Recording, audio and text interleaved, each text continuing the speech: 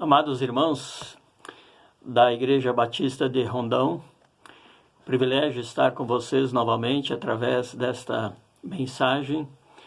Nós vamos ouvir Jesus através das suas fantásticas parábolas sobre o reino de Deus, que sempre tem sido o tema principal das pregações de Jesus.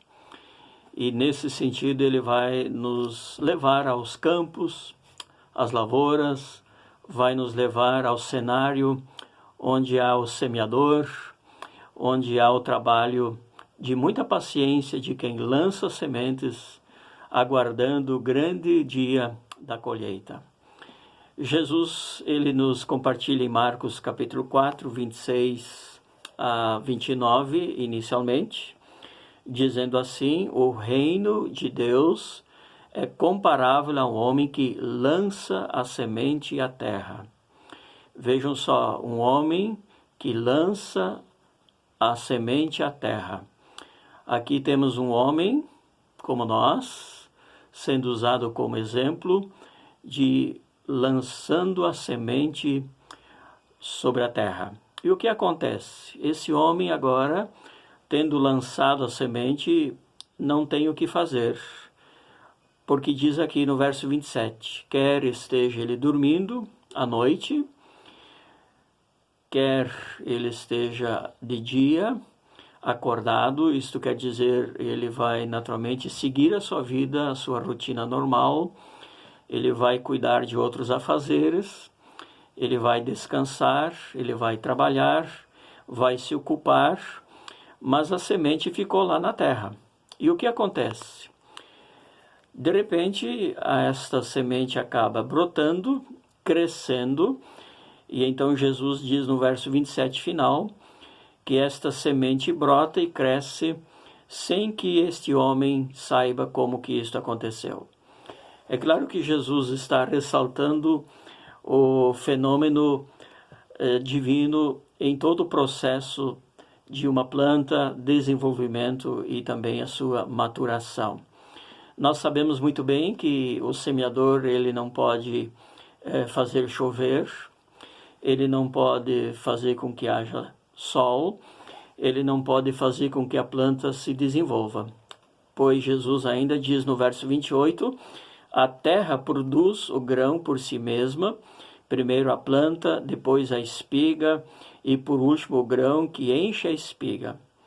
E é só lá no final que nós encontramos o lavrador, num processo bem natural, então fazendo a colheita. Por isso diz Jesus no verso 29, mas assim que o grão amadurece, o homem logo lhe passa a foice, porque chegou a colheita. Nitidamente, meu querido ouvinte, nesta parábola Jesus está dizendo que enquanto que nós, homens, à semelhança de um semeador, lançamos sementes, nós somos passivos naquilo que vai acontecer após lançarmos as sementes. E quem vai agir é Deus.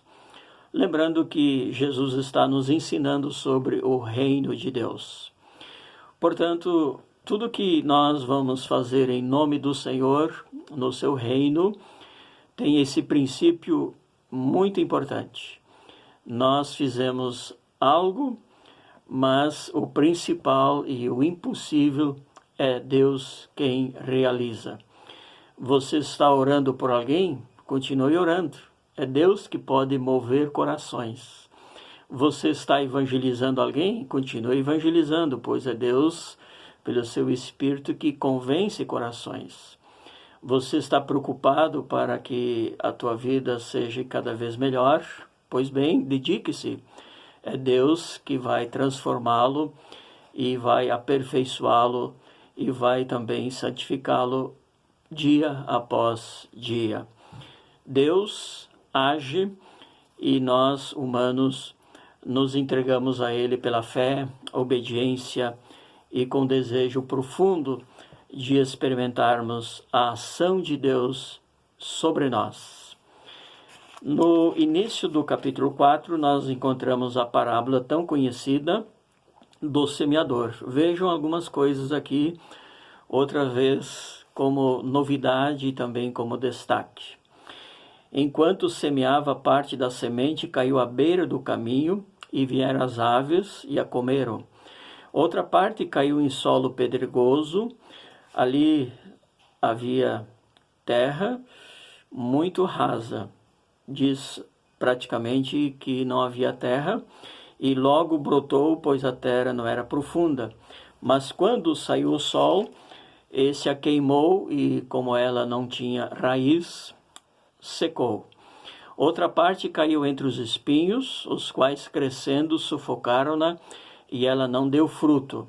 Mas outras sementes caíram em terra boa, brotaram, cresceram e deram fruto, e um grão produziu outros 30, outras 60 e outra 100. Nós podemos classificar esta parábola como uma semente que cai e que logo é tirada, porque não há terra que possa dar condições a um crescimento e uma maturação. Na verdade, se esta parte da semente cai sobre um caminho, um atalho, e as aves dão fim a esta semente.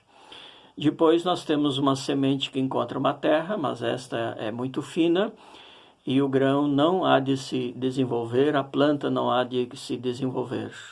De forma muito semelhante, uma terra que recebe semente, e há escondido ali ervas daninhas, e as raízes das ervas daninhas sufocam as raízes do trigo ou do centeio, como Jesus provavelmente está supondo. E finalmente a terra que produz um grande resultado. 30, 60 e 100 são ótimos índices, ainda mais considerando a questão elementar da semeadura, colheitas no tempo de Jesus. Ou seja, você poderia pensar aqui, esse trabalho todo do semeador tem 3 tipos de resposta. Simplesmente falta de sucesso. Não há nenhum sucesso ao lançar a semente. Depois, nós temos um sucesso, mas é um sucesso apenas aparente. Não vai acontecer uma colheita. E, finalmente, de forma diametralmente oposta, haverá uma grande colheita. Esta é a ênfase de Jesus. No entanto, quando Jesus interpreta esta parábola, lemos assim no verso 14, logo na sequência: o semeador semeia a palavra. Ou seja, aqui a ideia principal não está na semente, embora faz parte. A ideia principal não está nos diferentes solos, embora isso contribui na compreensão da parábola, mas a ênfase está enfaticamente no semeador. E naturalmente que aqui Deus é o semeador. Assim estamos preparados, meus queridos, para lermos uma outra parábola muito conhecida neste mesmo capítulo de Marcos, capítulo 4, que estamos considerando nesta primeira parte da mensagem. Diz o verso 30 em diante: disse ainda: ao que compararemos o reino de Deus? Ou com que parábola o representaremos? É como um grão de mostarda que, ao ser semeado na terra, é a menor de todas as sementes.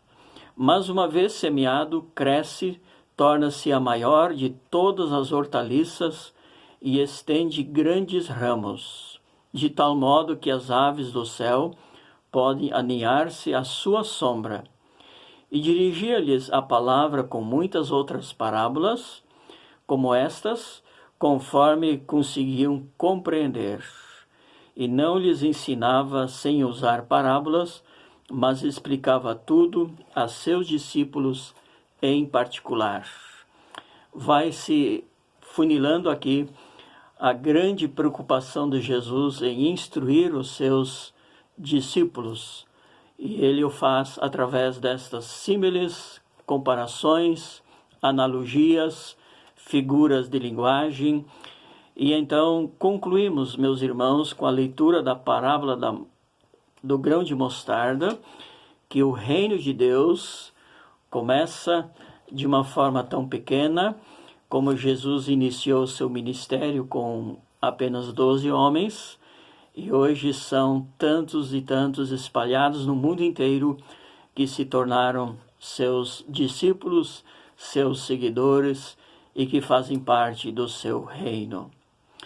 Ora, reunindo todas estas 3 parábolas, o que temos? Temos primeiramente a ideia de que Deus faz a obra, nós, seus mensageiros, somos passivos, ainda que devemos lançar esta semente, e Deus é ativo.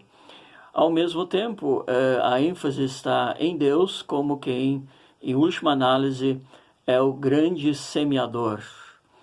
E, por sua vez, esta semente tão pequena vai redundar em uma grande colheita lá na frente. Portanto, vejam agora como Jesus se encaixa em relação à vida prática destas parábolas. Como Jesus se encaixa durante o seu ministério?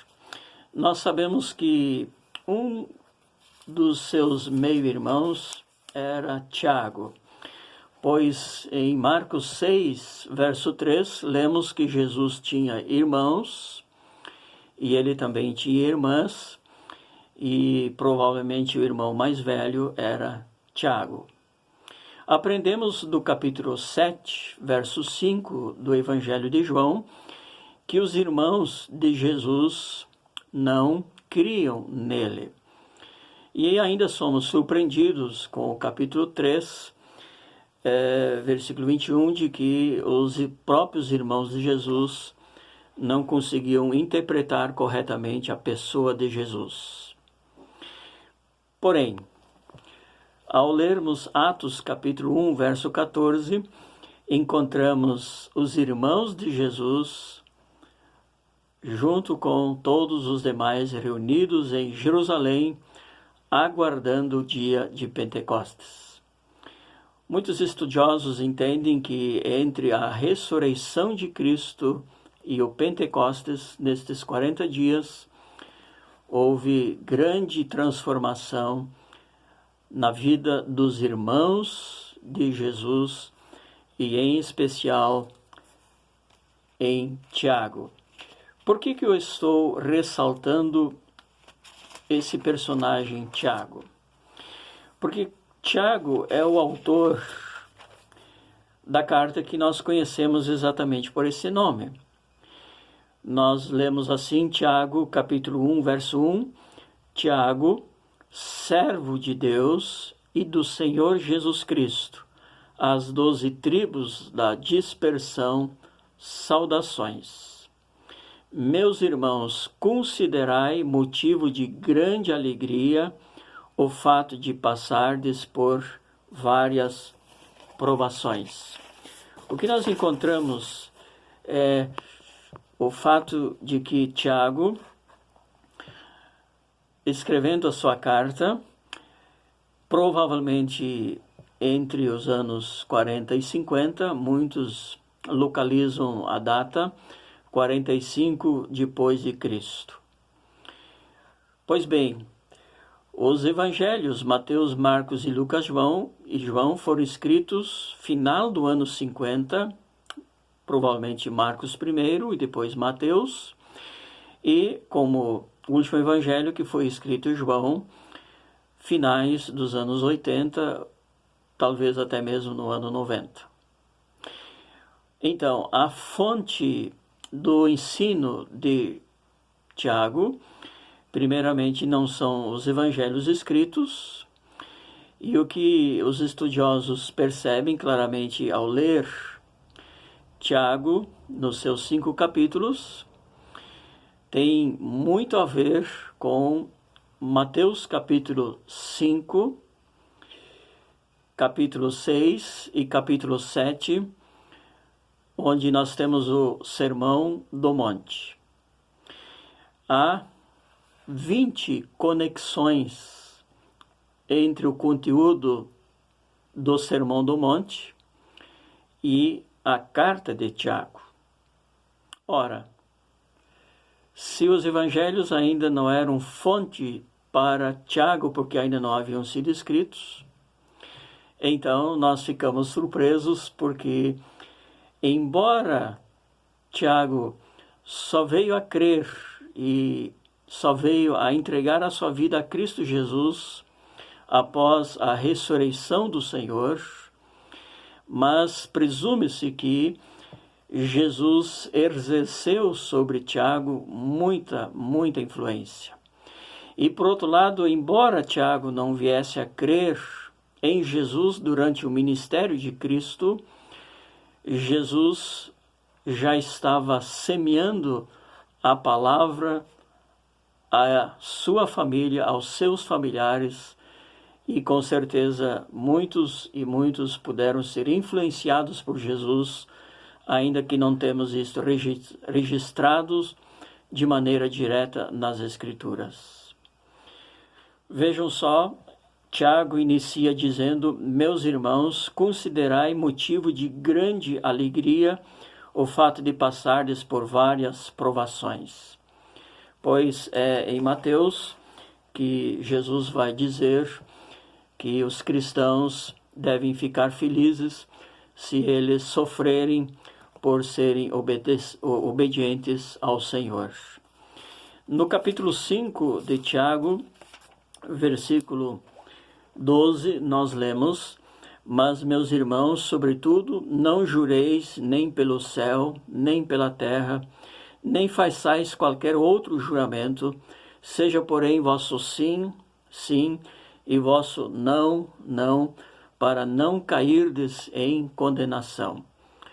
Ou seja, Jesus ensinou também lá no Sermão do Monte que o nosso sim deve ser sim e o nosso não deve ser não. A palavra do crente deve ser confiável, deve ser uma palavra apenas. Ou seja, Jesus semeou, mesmo que os seus próprios irmãos, Tiago aqui como destaque, não veio a crer de imediato, mas Jesus semeou e a colheita veio mais tarde. Ora, meus queridos irmãos, nós somos membros de uma igreja que deve semear, sempre deve semear. Nós tivemos lá no passado irmãos que semearam muitas coisas. Hoje, com certeza, temos todos os departamentos, nós temos todas as organizações, desde o departamento infantil até a terceira idade. Nós temos os jovens, nós temos os adolescentes, nós temos os corais, nós temos os conjuntos, nós temos a música, nós temos tão diferentes ministérios, porque por longos anos houve semeadura e sempre houve algum tipo e em algum grau de colheita. Hoje nós devemos fazer a mesma coisa, semear, continuar semeando. Então eu quero me dirigir a cada um dos queridos irmãos que compõem a Igreja Batista de Rondon. Meu querido irmão, semeia a palavra de Deus primeiramente com a sua vida, sendo dócil para com todos, amoroso para com todos, generoso para com todos. Seja um intercessor, seja um abençoador dos seus irmãos. Lança a boa semente com a sua vida, com a sua postura, com as suas obras, lança com a tua vida a boa palavra de Deus. Também receba dos irmãos a boa palavra. Agradeça as orações dos irmãos, a intercessão dos irmãos, o carinho dos irmãos. Receba com carinho a atenção dos irmãos, a preocupação dos irmãos. Sim, meus queridos, sejamos zelosos, sejamos verdadeiros homens que semeiam grande paz, gostosa paz, gostosa felicidade e alegria no Senhor. E com certeza, todos nós semeando a harmonia espiritual, todos nós semeando o Evangelho do Senhor Jesus Cristo, haveremos de sempre colher a boa safra da paz, da alegria, do conforto espiritual, da alegria de pertencermos ao mesmo rebanho. Quando voltarmos aos nossos cultos presenciais, será uma grande festa. Com certeza, daqui a alguns meses, nós vamos exatamente colher aquilo que hoje nós estamos semeando. Nós somos passivos, mas nós somos passivos no sentido de um vaso tão frágil, mas o conteúdo neste vaso nada mais é do que o Espírito Santo que habita em nós. E Paulo diz em Romanos 5,5 de que o amor de Deus está derramado em nossos corações através do Espírito Santo. Então o que deve haver dentro de mim é o amor, e o que há no seu coração é o amor dado pelo Espírito Santo. Assim, multiplicando o amor entre nós, hoje, como semeadura, quando nós nos reunirmos mais uma vez no templo, nós vamos semear aquilo que o Espírito Santo, aliás, nós vamos colher aquilo que o Espírito Santo semeia. Por fim, nós queremos manter sempre a visão de que aquilo que agora parece ser tão pequeno, um dia será tão grande. Hoje, de forma pequena, cada um na sua casa, de forma mais silenciosa, cada um se cuidando no seu lar, de forma um pouco diferente, cada um bastante restringido, mas as tuas orações, o teu joelho no chão, a tua preocupação sobre os irmãos, as tuas lembranças boas e tudo aquilo que você alimenta de tão bom sobre os teus irmãos em Cristo. E até mesmo a tua disposição em compreender irmãos que estão em lutas, até mesmo de talvez perdoar ali onde é necessário perdoar.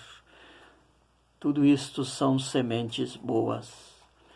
E quando nós estivermos juntos lá na frente, que grande colheita, que grande satisfação, pois a pequena semente de mostarda se tornará árvore da vida, que é Deus, que é o Senhor, que é o Espírito. Obrigado, irmão, porque você é uma semente preciosa para mim. Obrigado, irmão, porque você é tão útil para mim. Obrigado, queridos, porque vocês são uma bênção para nós e queremos que isso se multiplique. O amor fraterno, a boa semente do amor de Cristo, da comunhão em Cristo, da paz em Cristo. Que Deus nos surpreenda com uma grande colheita logo, logo lá na frente. Mas também que hoje você já tenha parte desta colheita em seu coração. Que Deus te abençoe Que Deus abençoe a igreja, que Deus abençoe a cada um de nós nesta colheita futura, mas cujo semeador já se alegra neste dia. Por isso fiz esse contato entre Jesus e Tiago. Jesus lançou a semente lá no passado e colheu lá no futuro. E surpreende-nos que Tiago, no capítulo 5, 7, não esqueceu a grande lição do semeador. Não esqueceu, pois ele escreve Tiago 5, 7 em diante. Portanto, irmãos, sede pacientes até a vinda do Senhor. O lavrador espera o precioso fruto da terra, aguardando-o com paciência, até que receba as primeiras e as últimas chuvas. Sede vós também pacientes. Fortalecei o coração, porque a vinda do Senhor está próxima. Irmãos, não vos queixeis uns dos outros, para que não sejais julgados. O juiz está às portas. Irmãos, tomai os profetas que falaram em nome do Senhor como exemplo de paciência e de perseverança diante do sofrimento. Chamamos de felizes os que suportaram aflições. Ouvistes sobre a paciência de Jó e vistes o fim que o Senhor lhe deu, porque o Senhor é cheio de misericórdia e compaixão. Assim, meus queridos, Tiago não se esqueceu como Jesus semeou, e ele agora pensa no semeador que com paciência lança a sua semente. Aquilo que semeamos, vamos colher. E que você possa ser um homem de grande colheita. E que a nossa igreja toda seja uma igreja de grande colheita. Para encerrar, tenho dito em outros contextos, de uma forma espiritual, de uma forma que vai além dos pensamentos racionais, não há igreja grande, nem há igreja pequena.